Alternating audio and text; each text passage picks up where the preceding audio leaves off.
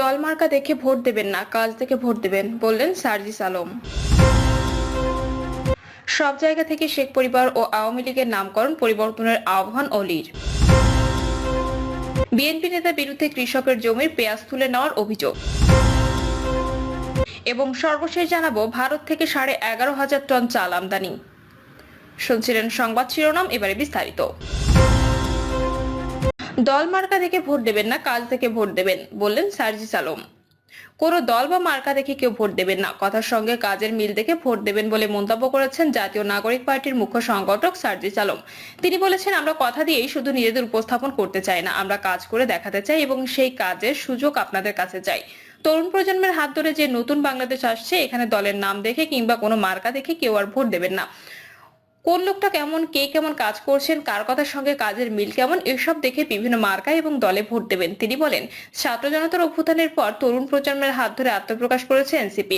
এখানে আমি উত্তরাঞ্চলের 32টি জেলার মুখ্য সংগঠক হিসেবে দায়িত্ব পালন করেছি। পঞ্চগড়ের ছেলে হিসেবে আপনাদের সবার সর্বাত্মক সহযোগিতা চাই। আমরা আমাদের জায়গা থেকে প্রতিটি জেলা উপজেলায় কাজ শুরু করেছি। আমরা খুব শিগগিরই আপনাদের দ্বারে দ্বারে যাব। স্থানীয় ভাষায় সার্জিস আলম বলেন, আমার দেবীগঞ্জের যে লোকলা আছেন, তোমার সঙ্গে খুব দ্রুত আমাদের দেখা হবে। দেবীগঞ্জের প্রত্যেকটি গ্রামে, ইউনিয়নের রাস্তাঘাটে হামরা হামরা মার্কা লেহেনে, দলের নাম লেহেনে তোমার লগত ভোট চাহিবা আসিমো। আমরা যদি কাজ করিবা পারি, যদি তোমার কথা রাখিবার পারি, তাহিলে ভোট দিবেন, নাহিলে দিবেন নি। অন্যলার মতো আমরা কহিমনি যে হামাক দেন, এই কথা কহিমনি। যদি আমরা কাজ করিবা পারি, তোমার কথা না শুনি, ভোট ছাড়াও তোমার সামনেতে যাই, তাহিলে ভোট দিবেন। সার্জিস আলম বলেন, আমরা আপনাদের অনেকের সন্তানের মতো, অনেকের ভাইয়ের মতো, অনেকের নাতির মতো। আমরা ভুল করলে আপনারা শুধরে দেবেন। আমরা আপনাদের সেই কথাগুলো শুনতে প্রস্তুত। তবে আপনারা এটুকু নিশ্চিত করবেন, আমরা এখন থেকে আর কোনো দলের কোনো মার্কার অন্তর্ভুক্ত হব না। মনে রাখবেন, আপনাদের সন্তানেরা এখন যে কোনো অন্যায়ের বিরুদ্ধে প্রতিবাদ করতে সবসময় প্রস্তুত। তিনি আরো বলেন, এতদিন ধরে সাধারণ মানুষকে নেতারা বিভিন্নভাবে ব্যবহার করছেন। তারা খালি ভোটের আগের দিন ভোট চাইতে যায় আর হাতে কিছু টাকা ধরিয়ে দেয়, আর ভোটটা শেষ হওয়ার পর তার কাছে কাজে যাওয়ার আগেই তারা টাকার জন্য হাত পেতে বসে থাকেন। এই নতুন বাংলাদেশে এগুলো আর হতে দেওয়া যাবে না। একটা জিনিস মনে রাখবেন, 5 বছরের একদিন যদি আপনি তার কাছে কিছু নেন, বাকি 5 বছর সে আপনার রক্ত চুষে খাবে। সব জায়গা থেকে শেখ পরিবার ও আওয়ামী লীগের নামকরণ পরিবর্তনের আহ্বান অলির। লিবারেল ডেমোক্রেটিক পার্টির প্রেসিডেন্ট ডক্টর কর্নেল অলি আহমেদ বীর বিক্রম বলেছেন, শেখ পরিবার বা আওয়ামী লীগের মন্ত্রী এমপিরা বিগত 15 বছরে যে সমস্ত জায়গায় বিভিন্ন নাম ফলক স্থাপন করেছেন তা উঠানো হোক। এছাড়াও যে সমস্ত জায়গায় সরকারি অর্থ ব্যয় করে তাদের নামে প্রতিষ্ঠান নামকরণ করা হয়েছে তা পরিবর্তন করার নির্দেশ দেওয়া হোক। এছাড়াও যে সমস্ত জায়গায় সরকারি অর্থ ব্যয় করে তাদের নামে প্রতিষ্ঠানের নামকরণ করা হয়েছে তা পরিবর্তন করার নির্দেশ দেওয়া হোক। দেশের কোনো জায়গায় তাদের নামে নামফলক রাখার যৌক্তিকতা নাই, কারণ তারা গণহত্যাকারী ও দেশদ্রোহী। গণহত্যাকারী ও দেশদ্রোহীদের নাম সব জায়গা থেকে মুছে ফেলতে হবে। কর্নেল অলি বলেন, বিভিন্ন অফিস থেকে শেখ মুজিবের ফটো সরানোর নির্দেশ দেওয়া হোক। 8 মাস শেষ হলে এখনো টাকায় শেখ মুজিবের ফটো কেন? তিনি আরো বলেন, অনেক ইউএনওর 3টি জিপ এবং ন্যূনতম পক্ষে প্রত্যেক ইউএনও এর 2টি জিপ রয়েছে। গরিব মানুষদের উপর এর খরচের বোঝা চাপানো হচ্ছে কেন? জিপের ব্যাখ্যা, সরকারি গাড়ির অনৈতিক ব্যবহার রোধকল্পে প্রত্যেকটি গাড়ির নম্বর প্লেট লাল রং করা হোক। এতে করে জনগণের করের টাকার অপব্যবহার কমে যাবে। অলি বলেন, সরকারি আধা সরকারি প্রতিষ্ঠানে মোট গাড়ির সংখ্যা কত, এগুলির ব্যবহারকারী কে বা কারা, তার হিসাব নিকাশ নিতে হবে এবং এর জন্য একটি ডাটাবেস তৈরি করতে হবে। যে সমস্ত জায়গায় রাস্তার ওপর হাট বাজার বসানো হয়েছে তার সরানোর দায়িত্ব ইউএনও ও সংশ্লিষ্ট ওসিদের উপর ন্যস্ত করতে হবে। এতে করে জনগণের যাতায়াতের পথ সুগম হবে এবং সময় কম লাগবে, জ্বালানি তেলের সাশ্রয় হবে।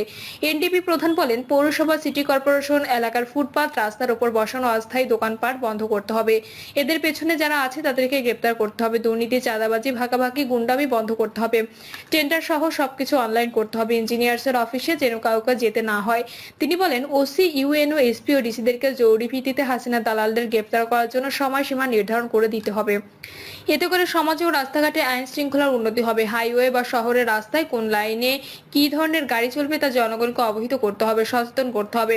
পুলিশকে তা নিশ্চিত করতে হবে, অন্যথায় জরিমানার ব্যবস্থা রাখতে হবে। অলি বলেন, জেলা বিচারালয়ে দুর্নীতি বন্ধ করতে হবে। এর সঙ্গে সংশ্লিষ্ট ব্যক্তিদেরকে সামারি ট্রায়ালের মাধ্যমে জেল দিতে হবে বা শাস্তির ব্যবস্থা করতে হবে।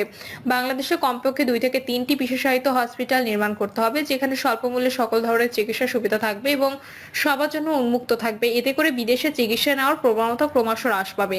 আপাতত পিজি হসপিটালে সবার জন্য চিকিৎসা উন্মুক্ত করা যেতে পারে। বিএনপি নেতার বিরুদ্ধে কৃষকের জমির পেঁয়াজ তুলে নেওয়ার অভিযোগ।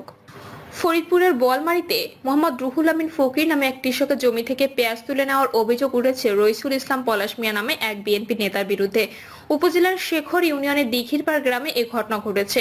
থানায় দেওয়া লিখিত অভিযোগ সূত্রে জানা যায়, বোয়ালমারী উপজেলার শেখর ইউনিয়নের রাখালতলী গ্রামের মৃত আব্দুর রশিদ ফকিরের ছেলে রুহুল আমিন ফকির পৈতৃক সূত্রে দিঘিরপাড় মৌজার 517 নম্বর খতিয়ানে 719 নম্বর দাগের 60% জমি ভোগ দখল করে আসছেন। পৈতৃক সূত্রে প্রাপ্ত এ জমিতে প্রতি বছরের মতো এবছর পেঁয়াজের চাষাবাদ করেছেন তিনি।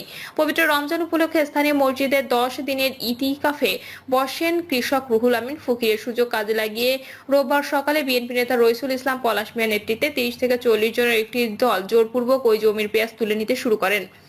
খবর পেয়ে মসজিদ থেকে এতে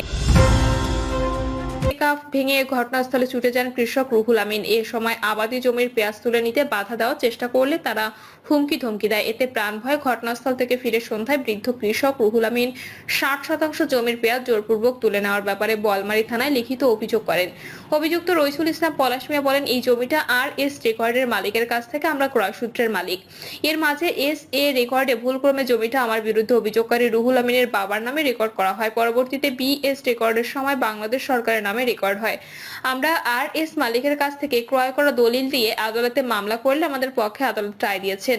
তিনি বলেন, গত সরকারের আমলে আমি বিস্ফোরক মামলায় জেলে গেলে ওই সময় লোকজন নিয়ে কৃষক রুহুল আমিনের পরিবারের জমিটি দখলে নেয়। আমরা কারো কোনো জমির পেঁয়াজ আনি নাই, জমির মালিক হিসেবে ভাগ এনেছি মাত্র। ভারত থেকে 11,500 টন চাল আমদানি। ভারত থেকে 11,500 মেট্রিক টন চাল নিয়ে একটি জাহাজ চট্টগ্রাম বন্দরে পৌঁছেছে। খাদ্য মন্ত্রণালয়ে পাঠানো সংবাদ বিজ্ঞপ্তিতে তথ্য জানানো হয়েছে। এতে বলা হয়েছে, উন্মুক্ত দরপত্র চুক্তির আওতায় ভারত থেকে 11,500 মেট্রিক টন সেদ্ধ চাল নিয়ে MV DDS মেরিনা জাহাজটি চট্টগ্রাম বন্দরে পৌঁছেছে। উন্মুক্ত দরপত্র চুক্তির আওতায় ভারত থেকে 9টি প্যাকেজে মোট 4,50,000 মেট্রিক টন চাল আমদানির চুক্তি হয়েছে। এর মধ্যে 2,85,769 মেট্রিক টন চাল এরই মধ্যে দেশে পৌঁছেছে। জাহাজে রক্ষিত চালের নমুনা পরীক্ষা এরই মধ্যে শেষ হয়েছে এবং চাল খালাসের কার্যক্রম দ্রুত শুরু হবে। এজন্য প্রয়োজনীয় ব্যবস্থা নেওয়া হয়েছে। প্রিয় দর্শক, এই ছিল এখনকার সর্বশেষ সংবাদ। আপডেট সব সংবাদ পেতে চ্যানেলটি সাবস্ক্রাইব করে বেল আইকনটি